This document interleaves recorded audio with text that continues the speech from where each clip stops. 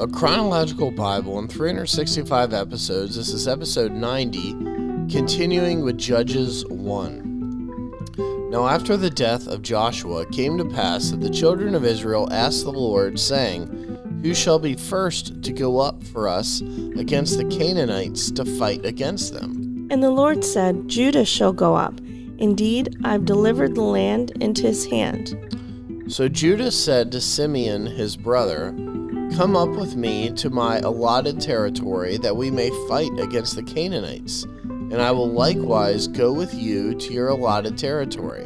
And Simeon went with him. Then Judah went up, and the Lord delivered the Canaanites and the Perizzites into their hand, and they killed 10,000 men at Bezek. And they found Adoni-Bezek in Bezek, and fought against him, and they defeated the Canaanites and the Perizzites. Then Adoni-Bezek fled, and they pursued him and caught him and cut off his thumbs and his big toes. And Adoni-Bezek said, 70 kings, with their thumbs and big toes cut off, used to gather scraps under my table, as I have done. So God has repaid me. Then they brought him to Jerusalem, and there he died. Now the children of Judah fought against Jerusalem and took it. They struck it with the edge of the sword and set the city on fire. And afterward, the children of Judah went down to fight against the Canaanites who dwelt in the mountains, in the south, and in the lowland. Then Judah went against the Canaanites who dwelt in Hebron. Now the name of Hebron was formerly Kirjath Arba, and they killed Sheshai, Ahiman, and Talmai. From there they went against the inhabitants of Debir.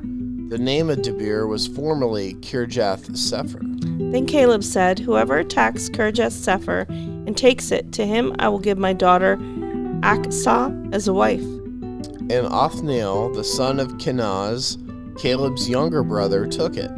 So he gave him his daughter Achsah as wife. Now it happened when she came to him that she urged him to ask her father for a field, and she dismounted from her donkey, and Caleb said to her, What do you wish? So she said to him, Give me a blessing. Since you have given me land in the south, give me also springs of water. And Caleb gave her the upper springs and the lower springs. Now the children of the Kenite, Moses' father-in-law, went up from the city of Palms, with the children of Judah, into the wilderness of Judah, which lies in the south near Arad, and they went and dwelt among the people. And Judah went with his brother Simeon, and they attacked the Canaanites who inhabited Zepheth, and utterly destroyed it. So the name of the city was called Hormah. Also Judah took Gaza with its territory, Ashkelon with its territory, and Ekron with its territory. So the Lord was with Judah, and they drove out the mountaineers, but they could not drive out the inhabitants of the lowland, because they had chariots of iron. And they gave Hebron to Caleb, and as Moses had said. Then he expelled from there the 3 sons of Anak. But the children of Benjamin did not drive out the Jebusites who inhabited Jerusalem. So the Jebusites dwell with the children of Benjamin in Jerusalem to this day. And the house of Joseph also went up against Bethel, and the Lord was with them. So the house of Joseph sent men to spy out Bethel. The name of the city was formerly Luz. And when the spies saw a man coming out of the city, they said to him, Please show us the entrance of the city, and we will show you mercy. So he showed them the entrance to the city, and they struck the city with the edge of the sword. But they let the man and all his family go. And the man went to the land of the Hittites, built a city, and called it Luz, which is the name of to this day. However, Manasseh did not drive out the inhabitants of Beth Shean and its villages, or Tanakh and its villages, or the inhabitants of Dor and its villages, or the inhabitants of Ibleam and its villages, or the inhabitants of Megiddo and its villages, for the Canaanites were determined to dwell in that land. And it came to pass when Israel was strong that they put the Canaanites under tribute, but did not completely drive them out. Nor did Ephraim drive out the Canaanites who dwell in Gezer. So the Canaanites dwelt in Gezer among them. Nor did Zebulun drive out the inhabitants of Kitron, or the inhabitants of Nahalol. So the Canaanites dwelt among them and were put under tribute. Nor did Asher drive out the inhabitants of Akko, or the inhabitants of Sidon, or of Alab, Akzib, Helba, Aphek, or Rahab. So the Asherites dwelt among the Canaanites, inhabitants of the land, for they did not drive them out. Nor did Naphtali drive out the inhabitants of Beth Shemesh, or the inhabitants of Beth Anath, for they dwelt among the Canaanites, the inhabitants of the land. Nevertheless, the inhabitants of Beth Shemesh and Beth Anath were put under tribute to them. And the Amorites forced the children of Dan into the mountains, for they would not allow them to come down to the valley. And the Amorites were determined to dwell in Mount Heres, in Aijalon, and in Shaalbim. Yet when the strength of the house of Joseph became greater, they were put under tribute. Now the boundary of the Amorites was from the ascent of Akrabimon, from Salah and upward. Then the angel of the Lord came up from Gilgal to Bochum and said, I led you up from Egypt and brought you to the land of which I swore to your fathers, and I said, I will never break my covenant with you. And you shall make no covenant with the inhabitants of the land. You shall tear down their altars. But you have not obeyed my voice. Why have you done this? Therefore I also said, I will not drive them out before you, but they shall be thorns in your side, and their gods shall be a snare to you. So it was, when the angel of the Lord spoke these words to all the children of Israel, that the people lifted up their voices and wept. Then they called the name of that place Bochum, and they sacrificed there to the Lord. And when Joshua had dismissed the people, the children of Israel went each to his own inheritance to possess the land. So the people served the Lord all the days of Joshua, and all the days of the elders who outlived Joshua, who had seen all the great works of the Lord, which he had done for Israel. Now Joshua the son of Nun, the servant of the Lord, died when he was 110 years old. And they buried him within the border of his inheritance at Timnath-Heres, in the mountains of Ephraim, on the north side of Mount Gaash. When all the generation had been gathered to their fathers, another generation arose after them, who did not know the Lord, nor the work which he had done for Israel. And the children of Israel did evil in the sight of the Lord, and served the Baals. And they forsook the Lord God of their fathers, who had brought them out of the land of Egypt, and they followed other gods from among the gods of the people who were all around them. And they bowed down to them, and they provoked the Lord to anger. They forsook the Lord, and served Baal and the Ashtoreths. And the anger of the Lord was hot against Israel. So he delivered them into the hands of the plunderers who despoiled them, and he sold them into the hands of the enemies all around, so they could no longer stand before their enemies.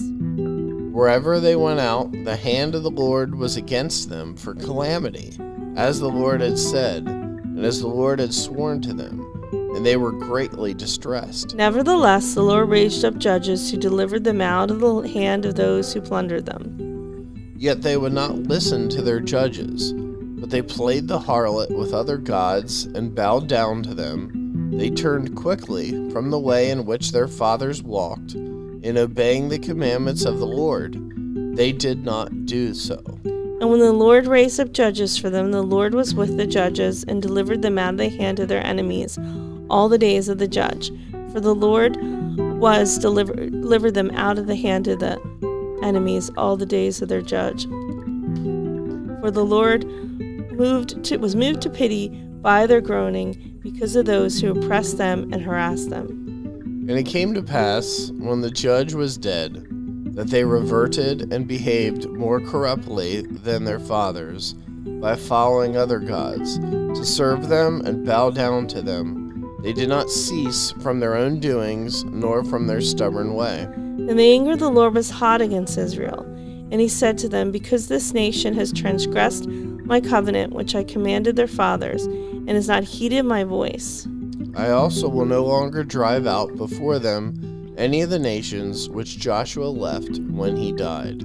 so that Through them I may test Israel, whether they will keep the words of the Lord to walk in them as their fathers kept them or not. Therefore the Lord left those nations, without driving them out immediately, nor did he deliver them into the hand of Joshua.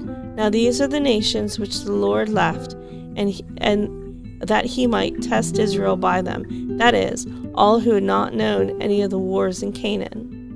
This was only so that the generations of the children of Israel might be taught to know war, at least those who had not formerly known it.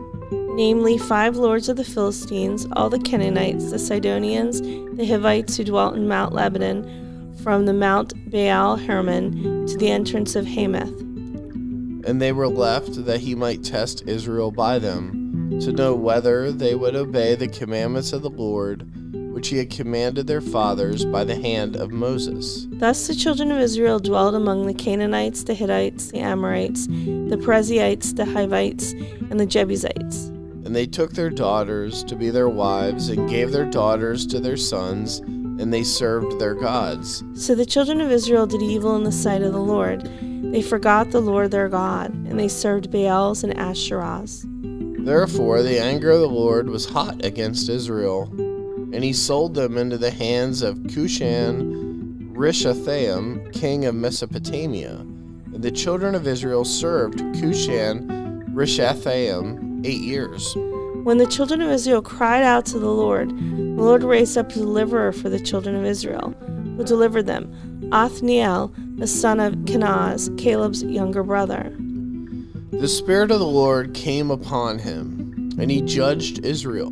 He went out to war, and the Lord delivered Cushan Rishathaim, king of Mesopotamia, into his hand, and his hand prevailed over Cushan Rishathaim. So the land had rest for 40 years, and Othniel the son of Kenaz died. And the children of Israel again did evil in the sight of the Lord. So the Lord strengthened Eglon, king of Moab, against Israel, because they had done evil in the sight of the Lord. Then he gathered to himself the people of Ammon and Amalek, went defeated Israel, and took possession of the city of palms. So the children of Israel served Eglon, king of Moab, 18 years. But when the children of Israel cried out to the Lord raised up a deliverer for them, Ehud, the son of Gera, the Benjamite, a left-handed man. By him the children of Israel sent tribute to Eglon, king of Moab. Now Ehud made himself a dagger. It was a double-edged and a cubit in length, and fastened it under his clothes on his right thigh.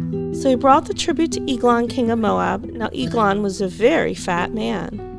And when he had finished presenting the tribute, he sent away the people who had carried the tribute. But he himself turned back from the stone images that were at Gilgal and said, I have a secret message for you, O king. He said, keep silence, and all who attended him went out from him. And Ehud came to him. Now he was sitting upstairs in his cool private chamber. Then Ehud said, I have a message from God for you. So he arose from his seat. Then Ehud reached with his left hand, took the dagger from his right thigh, and thrust it into his belly. Even the hilt went in after the blade, and the fat closed over the blade, for he did not draw the dagger out of his belly, and his entrails came out. Then Ehud went out through the porch and shut the doors of the upper room behind him and locked them. When he had gone out, Eglon's servants came to look, and to their surprise, the doors of the upper room were locked. So they said, he is probably attending to his needs in the cool chamber. So they waited till they were embarrassed, and still he had not opened the doors of the upper room. Therefore they took the key and opened it, and there was their master fallen dead on the floor. But Ehud had escaped while they delayed, and passed beyond the stone images and escaped to Sarah. And it happened when he arrived that he blew the trumpet in the mountains of Ephraim, and the children of Israel went down with him from the mountains, and he led them. Then he said to them, follow me, for the Lord has delivered your enemies, the Moabites, into your hand. So they went down after him, seized the fords of the Jordan leading to Moab, and did not allow anyone to cross over. And at that time they killed about 10,000 men of Moab, all stout men of valor. Not a man escaped. So Moab was subdued that day under the hand of Israel, and the land had rest for 80 years.